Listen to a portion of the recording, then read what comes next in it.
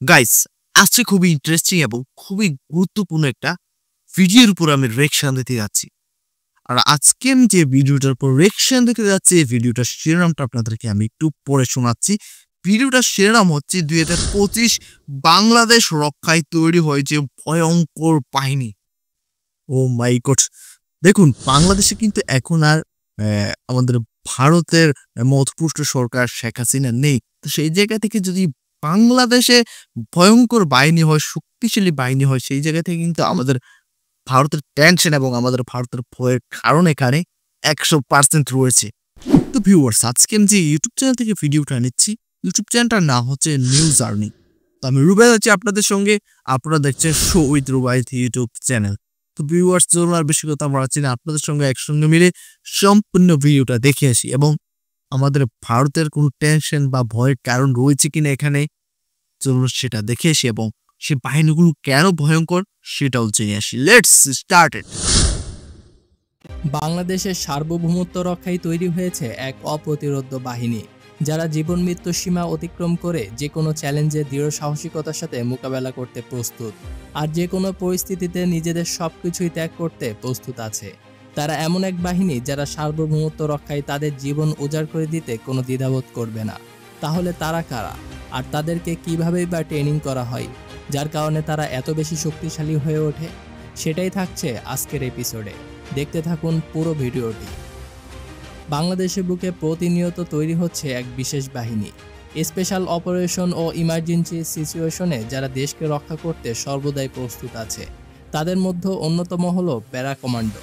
জীবনকে বাজি রেখে কঠিন সব চ্যালেঞ্জ মোকাবেলা করে প্রতিনিয়ত তৈরি হচ্ছে এই বাহিনী। তবে এই সমস্ত বাহিনীতে সবাই যোগ দিতে পারে না, কেননা এখানে শুধুমাত্র আর্মিদের থেকে নেওয়া হয়। যারা কমপক্ষে ৩ থেকে ৪ বছর সময় আর্মিতে পার করেছে, তারাই এই বাহিনীতে আসতে পারে। তবে এখানে আসাটা শুধুমাত্র একান্তই তাদের ইচ্ছাই হয়ে থাকে, কেননা একজন প্যারা কমান্ডো হতে গেলে এমন সব ট্রেনিং পার করে আসতে হয় যা দেখলে আপনার শরীরে রক্ত হিম হয়ে যাবে। এজন্য শুধুমাত্র ৩০ থেকে ৩৫% সেনারাই প্যারা কমান্ডো ব্যাচ পেয়ে থাকে। তাহলে চলুন দেখে আসা যাক আত্মঘাতী আর মরণঘাতী এমন সব ট্রেনিং যা তারা প্রতিনিয়ত দেশের জন্য করে আসছে।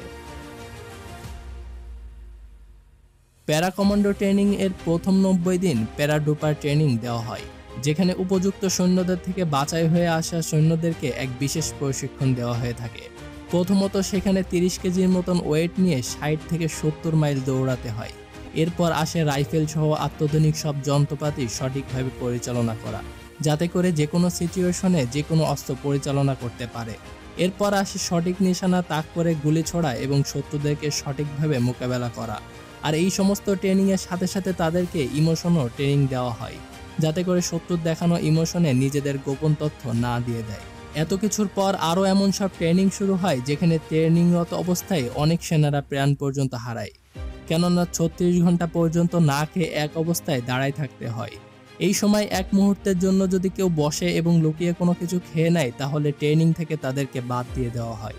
এরপর ১০০ কিলোমিটার একটানা দৌড়াতে হয়, যেখানে ১৬ থেকে ১৮ ঘন্টা পর্যন্ত সময় লেগে যায়। সৈনিকরা যাতে করে যে কোনো পরিস্থিতিতে অনেক লম্বা সময় পর্যন্ত জেগে থাকতে পারে, এজন্য ১৫ দিন জেগে থাকার ট্রেনিং দেওয়া হয়। কিন্তু এ পর্যন্ত করেও শেষ না, বরং তাদেরকে পানির মধ্যে ডুবে রাখার জন্য হাত পা বেঁধে পানির মধ্যে ফেলে দেওয়া হয়। যতক্ষণ পর্যন্ত না একেবারে শেষ পর্যায়ে না চলে যায়, ততক্ষণ পর্যন্ত পানির মধ্যে রাখা হয়। সত্যি বলতে আমার আমার গায়ে পছন্দ হয়েছে হচ্ছে, ও মাই গড! ১৫ দিন না ঘুমিয়ে থাকা, ৩৬ ঘন্টা না খেয়ে, আর তো দৌড়, তারপরে ১০০ কিলোমিটার দৌড়। মাই গড! ও মাই গড! ও মাই গড! আমি কি বলবো, সত্যি বলতে আমার খুবই ভয় লাগছে এই বিষয়গুলো দেখার পরে। আসলে একজন সেনা কর্মকর্তা তিনি খুব সহজেই যে প্যারা কমান্ডো হয় না, এবং ওনারা যে অ্যা অনেক বেশি সম্মানের, সেটা আসলেই এই ভিডিওটা দেখলেই বুঝতে পারবেন। তাহলে চলুন বাকি বিষয়টা দেখে আসি। আর এর সাথে সাথে পাহাড়ি দুর্গম পথ পাড়ি দেওয়ার ট্রেনিং দেওয়া হয়, যেখানে তাদেরকে ম্যাপ ট্র্যাকিং সহ আরও অনেক ধরনের ট্রেনিং দেওয়া হয়। এরপর তাদেরকে পাহাড়ের এমন সব স্থানে রাখা হয় যেখানে তাদেরকে সঠিক স্থান বের করে এবং দিক চিহ্নিত করে মিশন কমপ্লিট করতে হয়।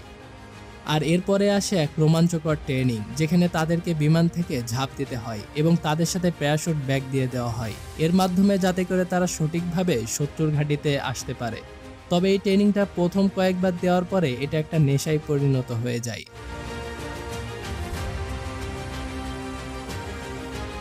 আর এত সব কঠিন চ্যালেঞ্জ মোকাবেলা করে প্রতিটি কমান্ডো এক একজন লৌহ মানবে পরিণত হয় এবং তারা প্রত্যেকে বড় কোনো ইউনিটের জন্য একাই যথেষ্ট হয়ে থাকে।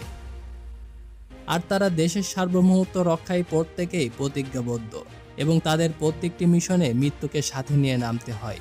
এই জন্যই পরিশেষে বিজয়ের পতাকা তারাই ছিনিয়ে নিয়ে আসে, কেননা যে জাতি মৃত্যুকে আপন করে নিতে শিখেছে সে জাতিকে কেউ মারতে পারে না। এই কারণেই আমার প্রিয় মাতৃভূমিকে রক্ষার জন্য এই সমস্ত সৈন্যদেরকে আমি সহ দেশের প্রত্যেকটি মানুষ স্যালুট জানাই। আপনাদের মিশন দীর্ঘজীবী হোক। তো ভিউয়ার্সগণ, সম্পূর্ণ ভিডিওটা তো আপনারা দেখতেই পেলেন। সত্যি বলতে খুবই ভয় পেয়েছি আমি ভিডিওটা দেখার পরে। তো যাই হোক ভিউয়ার্স, নিউ জার্নি ইউটিউব চ্যানেলকে থ্যাঙ্কস জানাচ্ছি, খুবই সুন্দর একটা ভিডিও বানিয়েছেন ওনারা। তো ভিউয়ার্সগণ, এই যে প্যারা কমান্ডো যারা রয়েছে, আসলে ওনারা কোনো সাধারণ মানুষ নয়, ঠিক আছে? প্রতিটা দেশের প্যারা কমান্ডো কিন্তু খুবই খুবই হার্ড ট্রেনিং এর মধ্যে দিয়ে তারা প্যারা কমান্ডো করে থাকে। এবং বাংলাদেশের এই যে বাহিনীগুলো স্ট্রং হচ্ছে এবং বাংলাদেশ দিন দিন স্ট্রং হচ্ছে, আসলে এই বিষয়টা আমাদের ভারতের জন্য একটু হলেও দুশ্চিন্তার।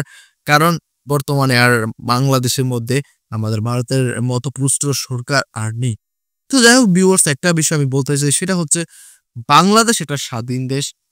বাংলাদেশ যা ইচ্ছে তাই করুক বাংলাদেশের মধ্যে, ঠিক আছে? বাংলাদেশ অবৈধ কোনো কাজ কিন্তু করে না, সব বৈধ কাজ করে। তো সেই জায়গা থেকে আমাদের ভারতের নাক না গলালেও হবে বাংলাদেশের বিষয় নিয়ে। তো যাই হোক ভিউয়ার্স, আশা করি আজকে সম্পূর্ণ ভিডিওটা আপনাদের কাছে খুবই ভালো লেগেছে। যদি ভালো লেগে থাকে আপনারা চাইলে কিন্তু আমার চ্যানেল সাবস্ক্রাইব করতে পারেন, ভিডিওতে লাইক করতে পারেন, কমেন্ট করে আপনার মূল্যবান মতামত জানাতে পারেন। তো বিদায় নিচ্ছি এখানেই, দেখা হবে পরবর্তী কোনো একটা ভিডিওতে। ততক্ষণ পর্যন্ত সকলে ভালো থাকবেন, সুস্থ থাকবেন। Tata, bye bye.